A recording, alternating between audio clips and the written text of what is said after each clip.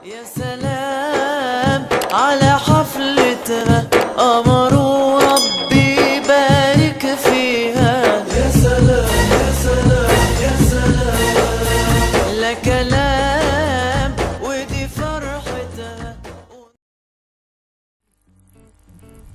Bismillahirrahmanirrahim. Alhamdulillahirrabbilalamin. Allahumma salli wa sallim ala sayyidina Muhammadin wa ala alihi wa sahbihi ajma'in. Bertemu lagi dalam pembelajaran pendidikan Pancasila dan Kewarganegaraan kelas 5 ULA Pondok Pesantren Salafiyah Darussalam, yang mana kita masih membahas bab 2 tentang peraturan perundang-undangan. Baik, yang hari ini kita bahas itu mengenai sumber hukum dan tata urutan peraturan perundang-undangan. Ya, seperti yang kita lihat di gambar ini,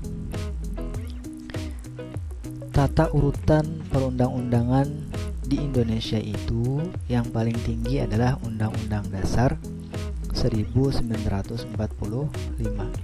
Kemudian di bawahnya ada undang-undang atau peraturan pemerintah pengganti undang-undang yang disingkat dengan Perpu. Kemudian di bawahnya lagi ada peraturan pemerintah Republik Indonesia atau disingkat dengan PP. Nah, kemudian di bawahnya lagi ada peraturan presiden atau yang disingkat dengan Perpres. Nah, kemudian di bawahnya lagi ada peraturan daerah atau yang disingkat dengan Perda. Nah, peraturan daerah ini meliputi peraturan daerah provinsi, peraturan daerah kabupaten atau kota, sampai peraturan desa. Nah, semua yang berada di bawah Undang-Undang Dasar 1945, peraturannya ini harus sesuai dengan Undang-Undang Dasar 1945, baik itu undang-undang, perpu, PP, perpres maupun perda. Ini harus sesuai dengan Undang-Undang Dasar 1945. Baik, kita bahas satu persatu mengenai peraturan perundang-undangan di negara Indonesia. Yang pertama yang kita bahas adalah Undang-Undang Dasar 1945 atau yang biasa kita sebut dengan UUD 1945. Nah, UUD 1945 ini merupakan hukum dasar tertulis negara Republik Indonesia yang memuat dasar dan garis besar hukum dalam penyelenggaraan negara. Nah, jadi itulah yang disebut dengan Undang-Undang Dasar 1945. Nah, makanya semua peraturan itu harus sesuai dengan Undang-Undang Dasar, karena Undang-Undang Dasar ini memuat dasar dan garis besar hukum dalam penyelenggaraan negara Indonesia. Baik, ini yang pertama. Yang kedua, Undang-Undang dan Perpu. Apa tadi Perpu? Yaitu peraturan pemerintah pengganti undang-undang. Nah, undang-undang ini dibuat oleh DPR sebagai lembaga legislatif bersama presiden. Nah, itu yang dinamakan undang-undang. Kalau perpu ini dikeluarkan oleh presiden dalam keadaan genting dan darurat.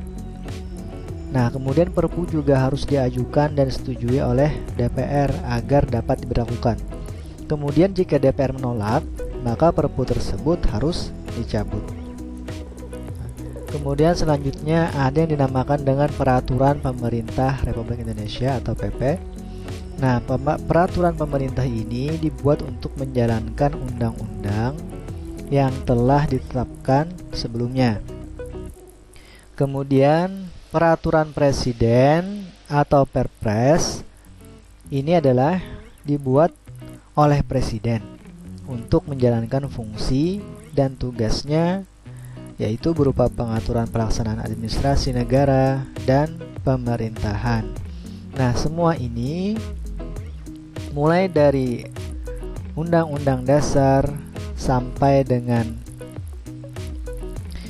peraturan presiden, inilah yang dinamakan dengan peraturan pemerintah pusat. Nah, nanti kita bahas lebih lanjut. Nah, kemudian di bawah itu semua ada yang namanya peraturan daerah. Nah, perda ini bisa berada di daerah provinsi maupun di daerah kabupaten, bahkan sampai di pedesaan. Itu bisa dibuat yang namanya peraturan. Nah, kalau di provinsi ini perdanya dibuat oleh DPRD provinsi bersama gubernur sebagai pimpinan provinsi tersebut. Nah, kalau perda kabupaten ini dibuat oleh DPR kabupaten bersama bupati. Nah, kalau perda kota dibuat oleh DPRD kota bersama wali kota. Dan peraturan desa atau perdes ini dibuat oleh Badan Permusyawaratan Desa bersama dengan kepala desa. Nah, inilah yang dinamakan peraturan-peraturan yang berada di negara Indonesia. Nah, jadi di Indonesia itu mulai dari pemerintah pusat sampai pemerintah daerah itu memiliki peraturan-peraturan, bahkan sampai ada yang namanya peraturan desa. Nah, kenapa desa juga membuat peraturan? Tentunya agar desa tersebut pemerintahannya berjalan dengan aman dan tertib. Nah, itulah tujuan dibuatnya peraturan desa.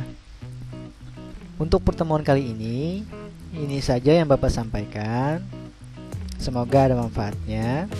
Sebelum Bapak akhiri, silahkan kalian kerjakan tugas.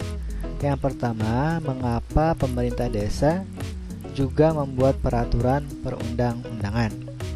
Kemudian soal yang kedua, sebutkan contoh peraturan desa yang kalian ketahui. Baik, pembelajaran PKN kita untuk hari ini sampai di sini. Bapak akhiri dengan sama-sama kita mengucapkan hamdalah. Alhamdulillahirabbil alamin. Assalamualaikum warahmatullahi wabarakatuh. Ya salam.